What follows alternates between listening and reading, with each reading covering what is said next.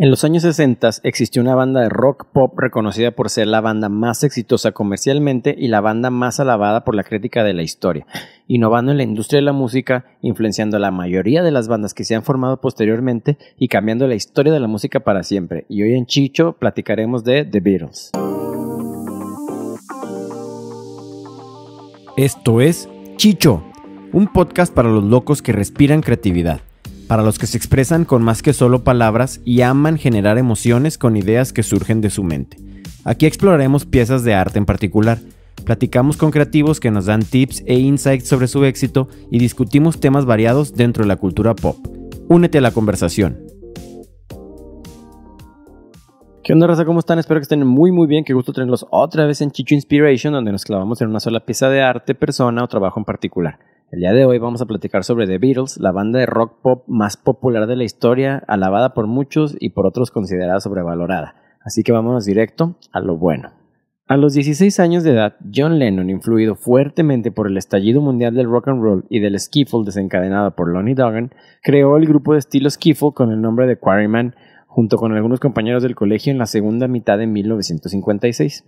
Poco tiempo después, el 6 de julio del mismo año, Paul McCartney, que por aquel entonces tenía 15 años, conoció a Lennon en una fiesta en la que tocaba The Quarrymen y se unió a la misma como guitarrista y cantante.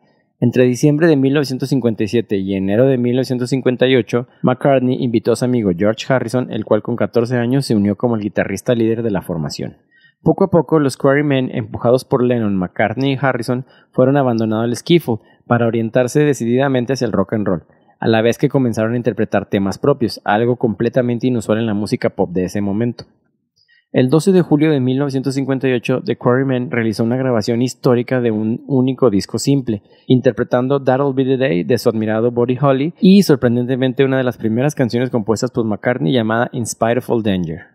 3 días después, la madre de John falleció trágicamente en un accidente de auto, lo que lo llevó a sumirse en una gran tristeza. El hecho produjo una pausa en los Quarrymen y acercó espiritualmente a John y a Paul, que también había perdido a su madre 2 años antes. Ambas circunstancias y una serie de enfermedades de Nigel Wally, quien era el representante, provocaron que la banda quedara reducida a un trío de guitarras, con Harrison en la guitarra solista y Lennon y McCartney en las guitarras rítmicas, aunque en los hechos la banda ya estaba virtualmente disuelta. En 1959, George Harrison logró reunir nuevamente a The Quarrymen con Ken Brown como cuarto guitarrista para tocar en The Casbah Coffee Club, un improvisado sótano musical para adolescentes recién abierto por Mona Best, madre de quien al año siguiente se convertiría en el primer baterista de los Beatles. Para entonces, Lennon y McCartney habían comenzado también a frecuentar los clubes musicales de la comunidad negra de Liverpool, la más antigua de Gran Bretaña, donde tomaron contacto y fueron influenciados por músicos y ritmos de origen africano, especialmente caribeños. Entre esos músicos se destacó el músico inmigrante trinitense Lord Woodbine, denominado a veces como el sexto Beatle, quien fue el primer cantante de calipso en Gran Bretaña y primero en organizar una banda de tambores metálicos. Woodbine y la comunidad musical afro-liverpulense influyeron en la apertura de los Beatles hacia la diversidad de ritmos negros, la práctica de tocar temas propios, la inclusión de un baterista, las actuaciones en Hamburgo, la solidaridad con los inmigrantes y el rechazo al racismo. La primera canción de Lennon se tituló Calypso Rock. Nociones artísticas como Rubber Soul y canciones como Get Back y Obladi Oblada están directamente relacionadas con la influencia en la música de los Beatles proveniente de la comunidad negra de Liverpool. En la primera mitad de 1960 aparecía el nombre definitivo de la banda. The Quarrymen había demostrado ser un nombre precario, siendo reemplazado por otros nombres como Johnny and the Moondogs. La versión tradicional sobre el surgimiento del nombre sostiene que la iniciativa partió de Stuart Sutcliffe, íntimo amigo y compañero de habitación de John Lennon, que en enero de 1960 se había unido a un grupo como bajista. Siempre, según la versión tradicional, Sutcliffe y Lennon se encontraban solos cuando empezaron a pensar nombres para la banda, a partir de la admiración que sentía por Buddy Holly, cuyo grupo se llamaba The Crickets. Luego de pasar por diferentes tipos de insectos, Sutcliffe propuso The Beatles, y Lennon, por su parte, aportó un decisivo juego de palabras cambiando la sílaba beat por beat, que en inglés suenan igual, y en referencia al movimiento beat de Liverpool que integraba la banda. Décadas después surgieron 2 versiones alternativas sobre el origen del nombre The Beatles. La primera proviene de George Harrison, que sostuvo que fue tomada de la película The Wild One, protagonizada por Marlon Brando, aunque la versión es discutible porque dicha película estuvo prohibida en Gran Bretaña hasta 1968. La segunda versión pertenece al poeta Royston Ellis, amigo de la banda y perteneciente al movimiento beat. Según Ellis, una noche de junio de 1960 se encontraba pasando el rato con Lennon y Sutcliffe cuando surgió la cuestión del nuevo nombre de la banda. John entonces le respondió que se llamaría The Beatles, deletreando la palabra con 2 E, significando los escarabajos. Ellis, que pertenecía al movimiento beat y se identificaba con los beatniks, propuso entonces al célebre cambio de la letra E por la letra A. Durante la primera mitad de 1960, el grupo alteró diferentes versiones del nombre como The Beatles, así normal como se escribe los escarabajos, The Silver Beatles, The Beatles, The Silver Beats, The Silver Beatles, Long John and the Silver Beatles, y finalmente en agosto eligieron solo The Beatles. En noviembre de 1961, Brian Epstein, dueño de una tienda de discos local y columnista de música, se entusiasmó con la banda después de oírlos en Cavern Club, donde tocaban al mediodía. De inmediato, Epstein se propuso para ser su representante, hecho que se formalizaría a mediados de enero de 1962. Epstein logró que la compañía discográfica Decca Studios le realizara una prueba conocida como la audición de Decca, que se concretó el 1 de enero de 1962, en la que grabaron 15 temas, entre ellos 3 de autoría de Lennon y McCartney. Decca, sin embargo, decidió no editar la grabación. Esta decisión es considerada uno de los mayores errores en la historia de la música popular. Para entonces, en Liverpool se volvía cada vez más popular el movimiento conocido como Mersey Beat, refiriéndose a la región norteña en la que se encontraba la ciudad. El 10 de abril de 1962 partieron a una nueva temporada en Hamburgo para tocar 42 días en el Star Club. Ese mismo día recibieron la trágica noticia de que Sutcliffe había muerto a causa de una hemorragia cerebral. Mientras actuaban en Hamburgo y tras ser rechazados por los principales sellos discográficos británicos, Brian Epstein logró que el productor George Martin del sello Parlophone, una pequeña subsidiaria de EMI Records, aceptara realizar una prueba a la banda. La banda tuvo su primera sesión de grabación en Londres bajo la dirección de Martin, en los EMI Studios, el 6 de junio de 1962, registrándose 4 temas: Bésame Mucho, Love Me Do, P.S. I Love You y Ask Me Why, estos últimos 3 de Lennon y McCartney. Las cintas originales de aquella grabación fueron destruidas por rutina, pero al menos fueron preservadas 2 grabaciones. De allí fueron tomados los 2 primeros temas que fueron incluidos en el Anthology One. A Martin no le convenció la habilidad con la que tocaba el baterista Pete Best, sugiriéndole privadamente a Epstein que lo cambiara por un baterista de sesión en el estudio. Finalmente Best fue reemplazada por Ringo Starr, que dejó a Rory Storm The Hurricanes para unirse a The Beatles. Ya había actuado con ellos en algunas ocasiones cuando Best estaba enfermo.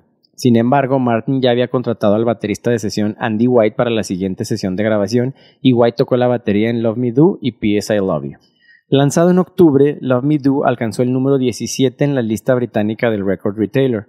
Posteriormente, en el mes de noviembre, comenzaron a grabar lo que sería su segundo sencillo, Please Please Me. Hicieron su debut en la televisión al emitirse una actuación suya en directo en el programa regional People and Places de la Granada Television. Después del moderado éxito de Love Me Do, Please Please Me recibió una acogida más enfática, alcanzando el número 2 en el Record Retailer en enero de 1963 después de su lanzamiento. Martin originalmente tenía previsto grabar el disco debut en vivo en el Cavern Club. Finalmente esta idea fue cambiada y se eligió crear un álbum de una sola sesión en los EMI Studios. 10 canciones fueron grabadas para Please Please Me, acompañadas en el álbum por los 4 temas que ya habían sido publicados en los 2 sencillos, recordando la urgencia que tenían para publicar su álbum debut y dándose la paliza para grabar Please Please Me en un solo día. Un crítico de AllMusic comentaba: décadas después del lanzamiento, el álbum todavía suena fresco, precisamente a causa de sus orígenes tan intensos. Lennon dijo que apenas se estrujaron la cabeza a la hora de componer las canciones en aquel tiempo. Él y McCartney estaban simplemente escribiendo canciones a lo Elvis Brothers, el estilo de Buddy Holly, y canciones pop sin tener más complicaciones que eso, crear un sonido y las palabras eran casi irrelevantes. Lanzado en marzo de 1963, el álbum alcanzó el número 1 en las listas británicas. El tercer sencillo que publicaron, From Me to You, fue lanzado en abril y también alcanzó la cima de estas listas de éxitos. A partir de este momento se inició una racha casi ininterrumpida de 17 sencillos que alcanzaron el número 1 en las listas británicas, incluyendo todos los que se publicaron en los siguientes 6 años. Lanzado en agosto, el cuarto sencillo She Loves You alcanzó el récord de mayor número de copias vendidas en el Reino Unido hasta ese momento, vendiendo cerca de 750,000 copias en menos de 4 semanas. Se convirtió en su primer sencillo en vender 1 millón de copias y siguió teniendo el récord en el Reino Unido hasta 1978.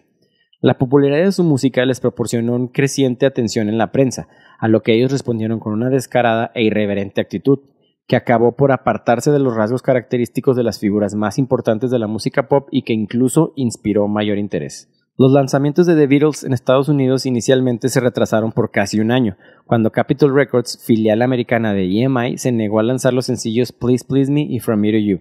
Las negociaciones con sellos independientes de Estados Unidos llevaron a la publicación de algunos sencillos, pero los problemas de regalías y las burlas hacia el peinado mop top de los integrantes plantearon nuevos obstáculos. Una vez que Capitol comenzó a editar el material en Estados Unidos, en lugar de lanzar los LPs en su configuración original, compilaron sus distintas grabaciones en diferentes álbumes y publicaron canciones en sencillos de su preferencia. El éxito definitivo en América llegó cuando se emitió un reportaje sobre la Beatlemanía británica, provocando gran aclamación entre el público norteamericano, lo que llevó a Capitol a lanzar I Wanna Hold Your Hand en diciembre de 1963.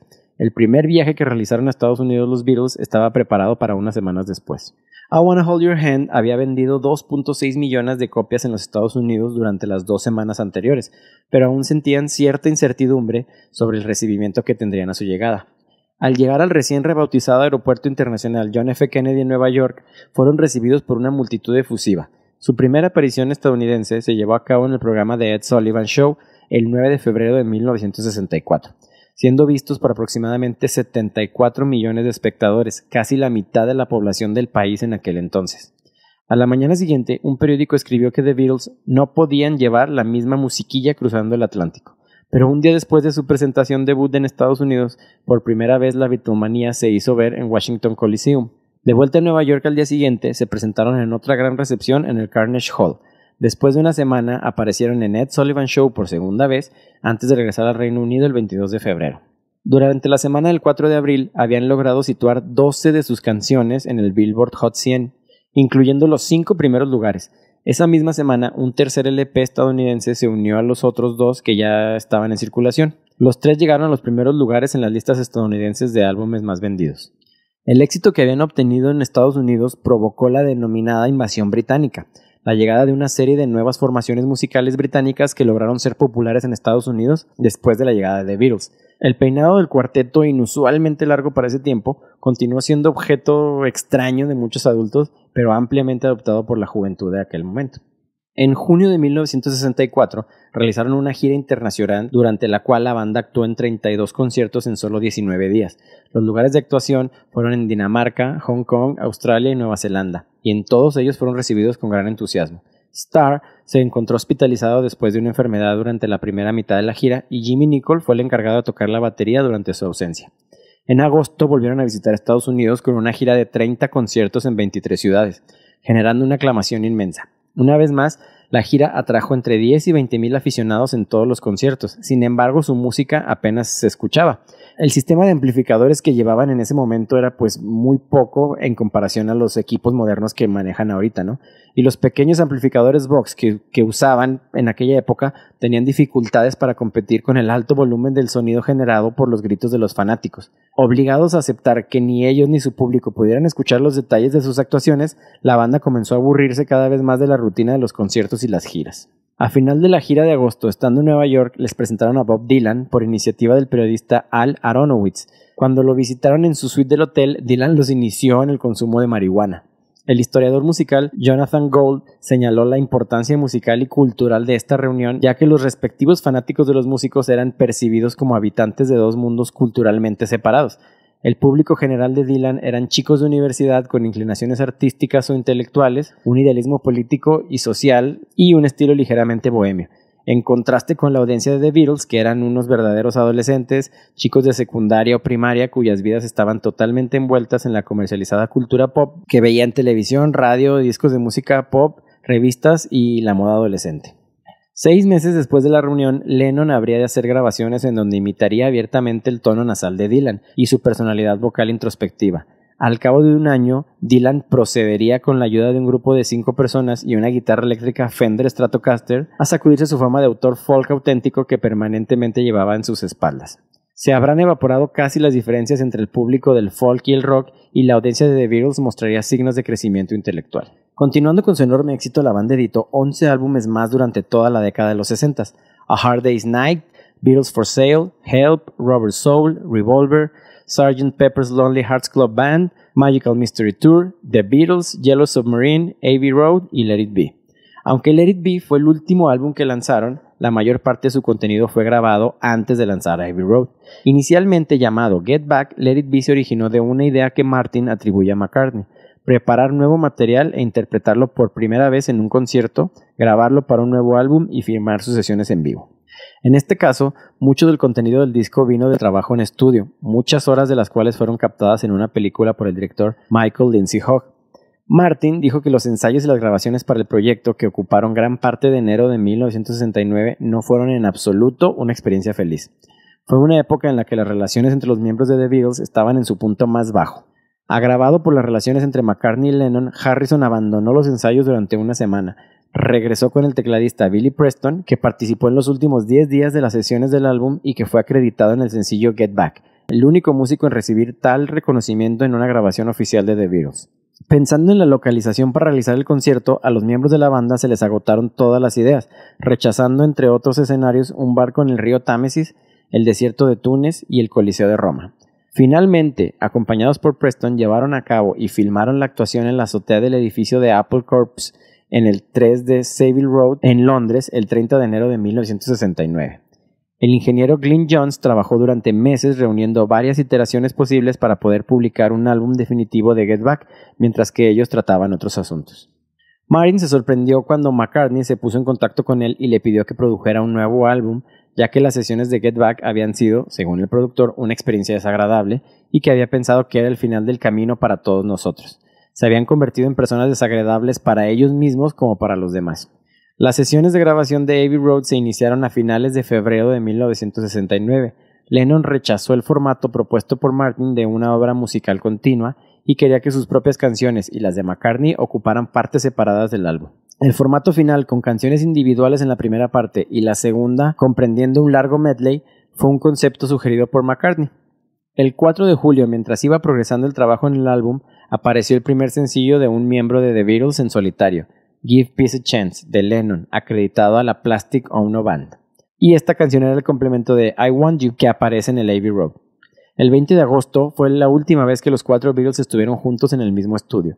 Lennon anunció su retirada de la formación el 20 de septiembre de 1969, pero se llegó a un acuerdo en el cual no se haría ningún anuncio público hasta que no se resolvieran algunos asuntos legales aún pendientes. Y bueno, con esto terminamos esta interesantísima plática donde aprendimos sobre la historia de The Beatles, sus orígenes, la Beatlemanía y su ruptura.